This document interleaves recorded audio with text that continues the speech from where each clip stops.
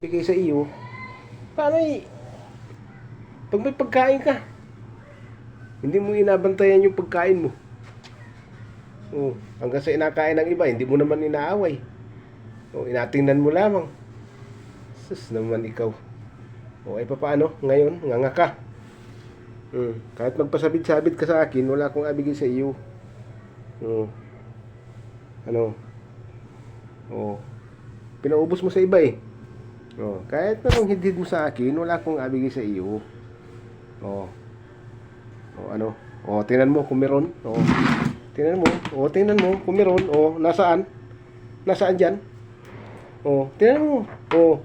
Asaan? Ito. Tingnan mo kung meron. Wala na. Ano kainin mo diyan? Wala. Inugod ka talaga.